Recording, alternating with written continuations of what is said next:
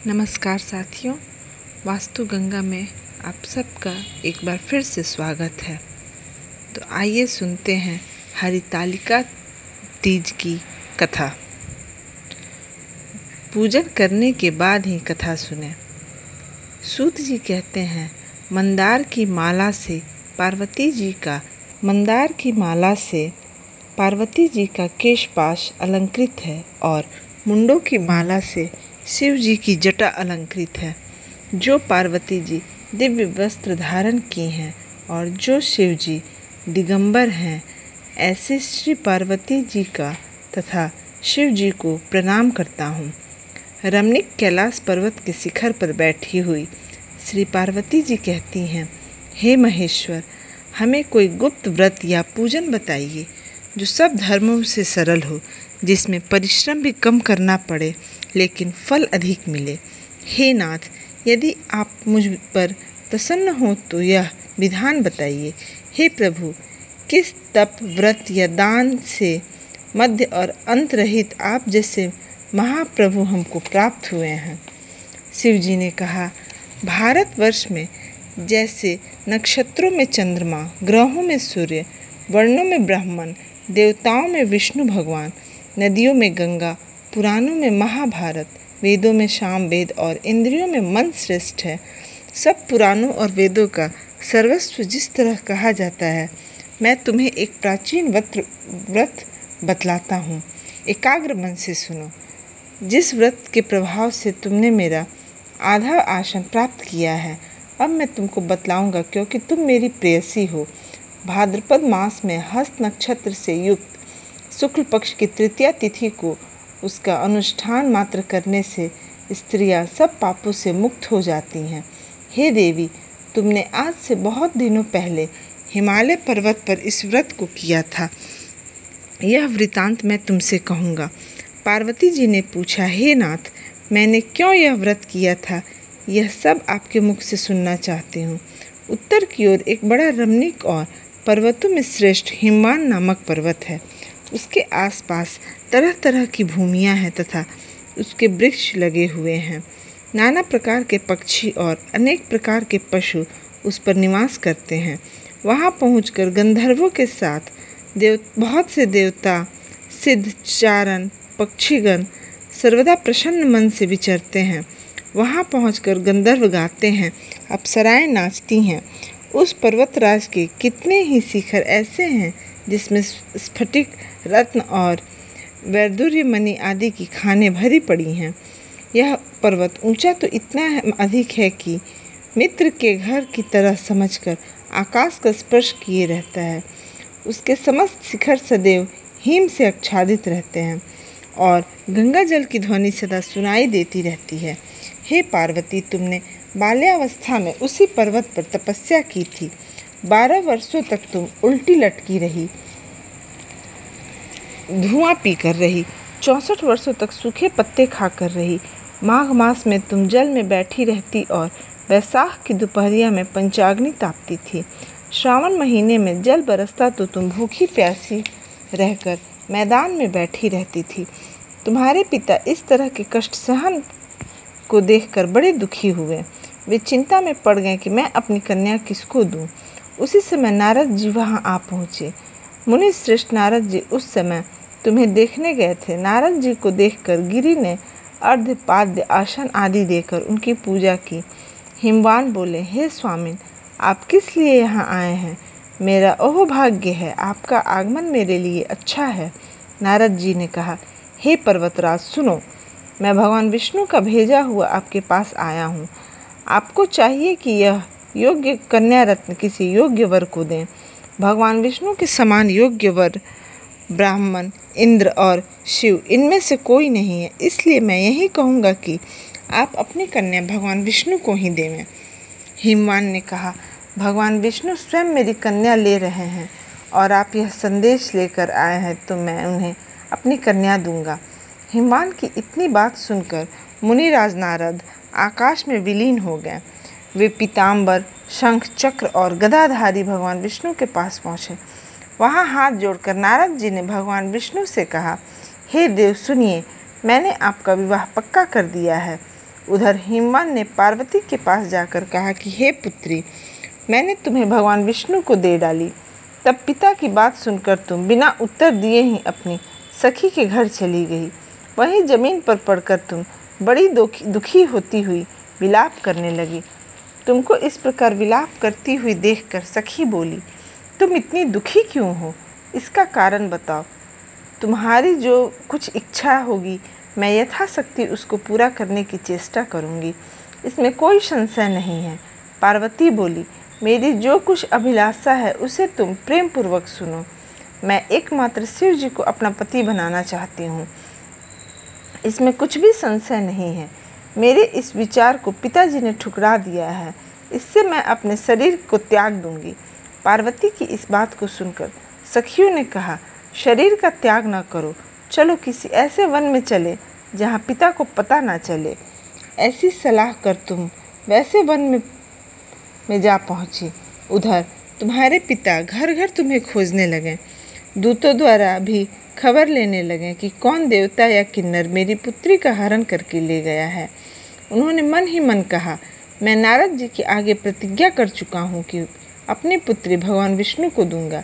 ऐसे सोचते सोचते हिमवान मूर्छित हो गए।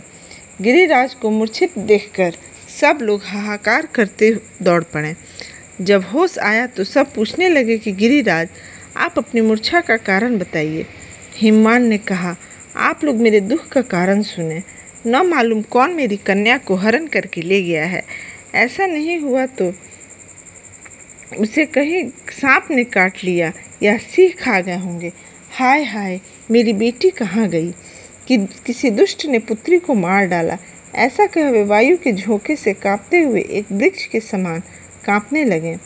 इसके साथ हिमवान तुम्हें वन वन ढूंढने लगे। वह वन भी सिंह, भालू, हिंसक जंतुओं से बड़ा भयानक हो रहा था।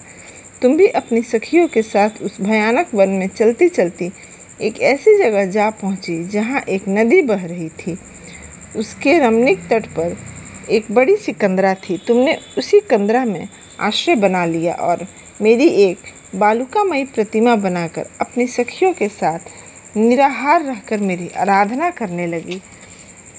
जब भाद्रपद शुक्ल पक्ष की हस्तयुक्त तृतीया तिथि प्राप्त हुई तब तुमने मेरा विधिवत पूजन किया और रात भर जागकर गीत वाद्यादि से मुझे प्रसन्न करने में बिताया।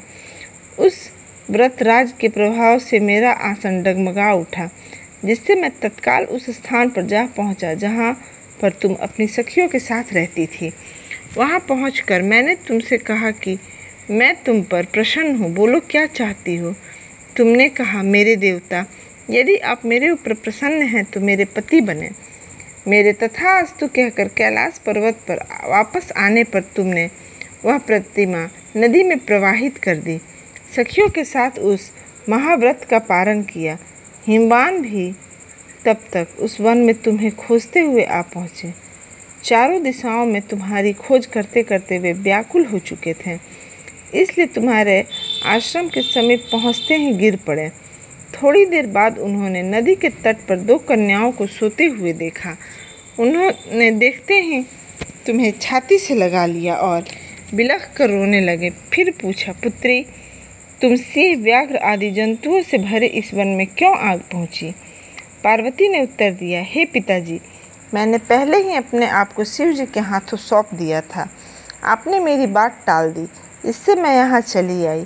हिमवान ने सांत्वना दी कि हे पुत्री, मैं तुम्हारी इच्छा के विरुद्ध कुछ न करूँगा।